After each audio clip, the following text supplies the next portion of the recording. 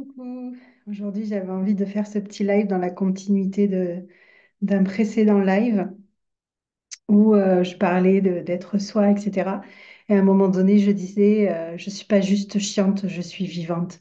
Et j'avais envie de revenir sur cette notion-là parce que c'est quelque chose qui est hyper important pour moi. Je pense que je me suis beaucoup réprimée, je me suis beaucoup jugée parce que j'avais le sentiment ben, justement d'être chiante en fait, d'être chiante parce que j'ai des émotions, d'être chiante parce que il y a des moments où je peux me refermer sur moi-même, où il y a des moments où je peux être tendue, où je peux exiger des choses, ou, etc., etc. Et en fait, je me dis, mais c'est toujours par rapport à quelqu'un d'autre, en fait, être chiant. C'est quelqu'un qui va avoir la sensation qu'on est chiant. Mais finalement, est-ce que ça lui appartient pas? Et ce que je me disais, c'est que, en fait, ce qui peut être considéré comme chiant pour quelqu'un d'autre, c'est juste quelque chose en moi qui a besoin de s'exprimer. C'est juste quelque chose qui est vivant. C'est quelque chose peut-être qui est en lien avec l'enfant blessé à l'intérieur de moi, qui a besoin d'une attention, qui a besoin d'amour, qui a besoin de quelque chose qu'elle n'a pas reçu à un moment donné.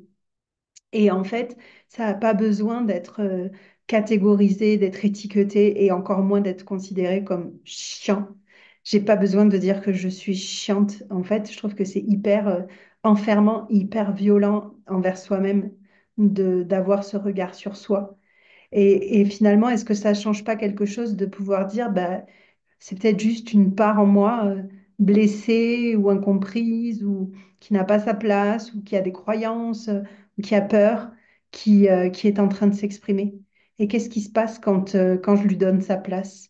Est-ce que je peux être ce parent bienveillant avec cette part de moi au lieu de la juger, au lieu de dire qu'elle est trop ceci, pas assez cela, au lieu de me dire que je suis chiante et que du coup je mérite pas d'être aimée ou que je mérite pas d'avoir ma place dans ce monde ou peu importe quoi?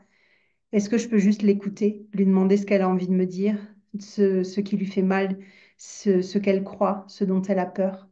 Et c'est pas parce que je m'autorise en fait ces parts de moi que je dois les imposer aux autres. Pour moi, c'est aussi ça, l'écologie.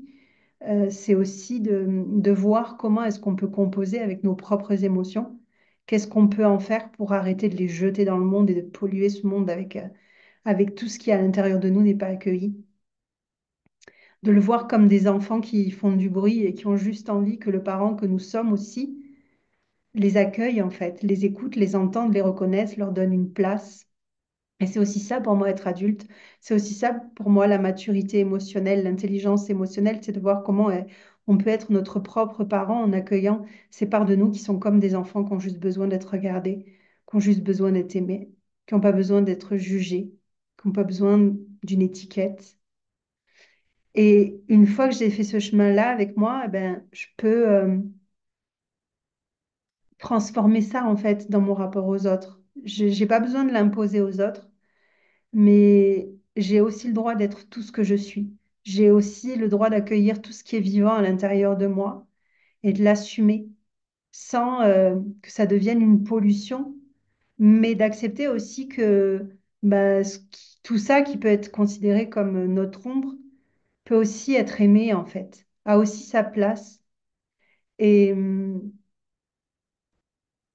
aujourd'hui, depuis un an maintenant, je suis en relation avec un homme merveilleux qui s'appelle José Elizalde Molina. Et un jour, il m'a dit, mais quand quelqu'un décide d'aller se baigner dans une rivière sauvage, il peut pas jeter la faute sur la rivière sauvage en lui reprochant d'être sauvage, en fait. C'est lui qui a la responsabilité d'être allé se baigner dedans. Et c'était vraiment une analogie en lien avec moi et mon côté sauvage, mon côté vivant, parfois que je ne maîtrise pas. Et au lieu de culpabiliser de ça et de me dire, bah non, ça c'est pas aimable, bah lui, en fait, il venait me dire, mais enfin, moi, je t'aime comme t'es, en fait. Et ça a été vraiment une grande respiration, en fait, de pouvoir me dire, ben ouais, en fait, enfin, je suis juste humaine, je suis juste vivante et je peux être aimée comme je suis. Et ma responsabilité en tant qu'adulte, c'est de pas rester à cet endroit-là, c'est-à-dire à la fois de m'accueillir, de trouver cet équilibre entre je m'accueille, je me reconnais, je m'aime tel que je suis, Et en même temps, je vois le chemin qui reste à parcourir et je vois les petits pas que je peux faire pour avancer dans cette direction-là. Parce que aussi ça être adulte et c'est aussi ça être responsable. Je peux pas me comporter, celle qui tape du pied et qui crie et qui, etc., ben, c'est l'enfant en moi. Et je peux pas exiger de l'autre qu'il soit mon parent, sinon il y a quelque chose qui est déséquilibré dans la relation. Mais moi, en tant qu'adulte, je peux à la fois donner la place à l'enfant et à la fois bah, lui dire qu'il a le droit d'être ce qu'il est, qui il est, avec toutes ses facettes de lui, et de voir comment est-ce que je peux l'accompagner pour qu'il trouve sa place et qu'il ait plus besoin de faire autant de bruit. Donc, je suis pas chiante, je suis vivante. C'est tout. Merci.